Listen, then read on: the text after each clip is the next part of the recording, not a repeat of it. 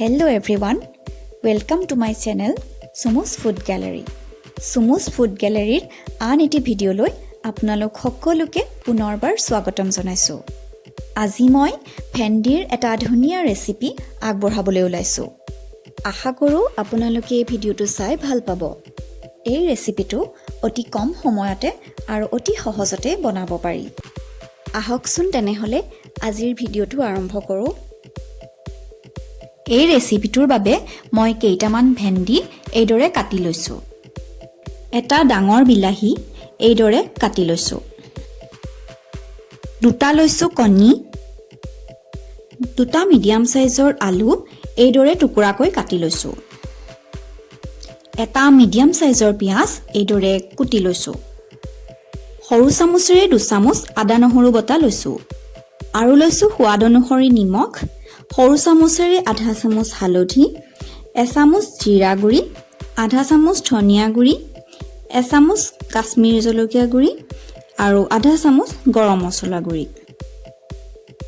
প্ৰথমতেই মই বাটি এটাত কণীকেইটা ভাঙি লৈছো।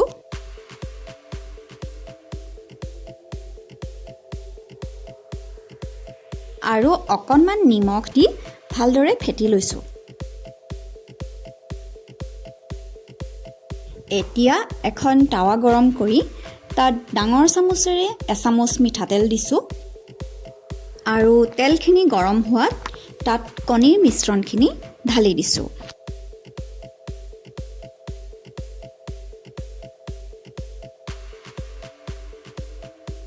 এইখিনি তলফালৰ পৰা সিজি অহাত মই লুটিয়াই দিছো। দুয়োটা সাইডে ভালদৰে ভজা হোৱাৰ পাছত মই চামুচ এখনৰ সহায়েৰে কণীখিনি কাটি টুকুৰা কৰি লৈছো।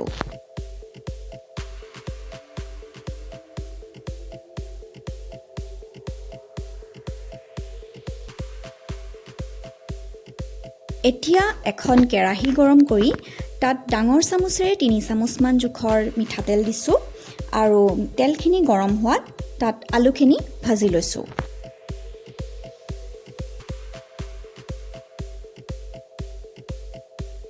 ভজা হোৱাৰ পাছত আলুখিনি মই নমাই ৰাখিছো।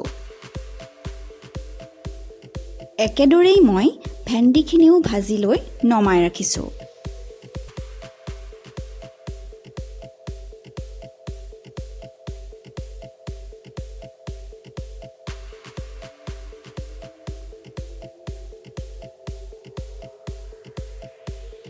এতিয়া সেইখিনি তেলতে মই কুটি ৰখা পিয়াজখিনি দি দিছো আৰু পিয়াজখিনি সামান্য ৰঙচুৱা ধৰণৰ হওঁতে তাত আদা নহৰু বটাখিনি দি দিছো।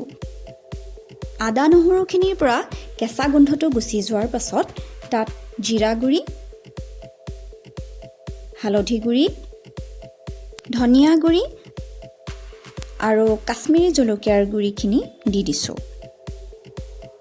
গোটেইখিনি ভালদৰে মিলাই দিছো। এতিয়া দিছো কাটি ৰখা বিলাহীখিনি।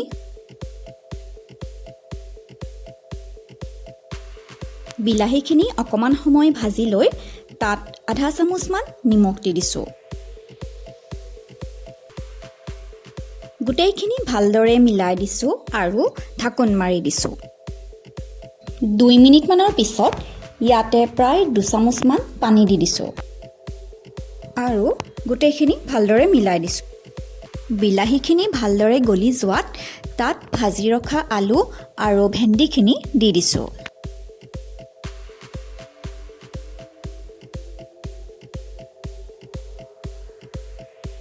গোটেইখিনি ভালদৰে মিলাই লৈ তাত 1 কাপ মান জোখৰ পানী দি দিছো। আপোনালোকে যদি বিচাৰে তেন্তে আৰু অকমান পানী দিব পাৰে।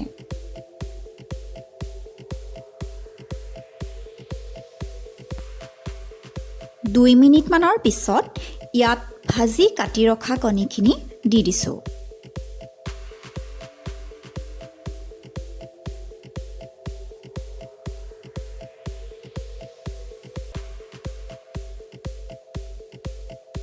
একেবাৰে শেষত আধা চামুচ গৰম মছলাৰ গুড়ি দিছো আৰু গোটেইখিনি ভালদৰে মিলাই দিছো।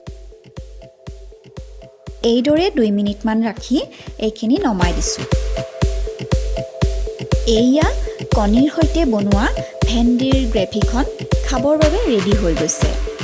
এই গ্ৰেভিখন খাবলৈ খুবেই ধুনীয়া লাগে। আপোনালোকেও এবাৰ ট্ৰাই কৰি চাব পাৰে যদিহে আগতে এনেদৰে খোৱা নাই। ৰুটি, লুচি বা ভাতৰ লগত এই গ্ৰেভিখন পৰিৱেশন কৰিব পাৰে।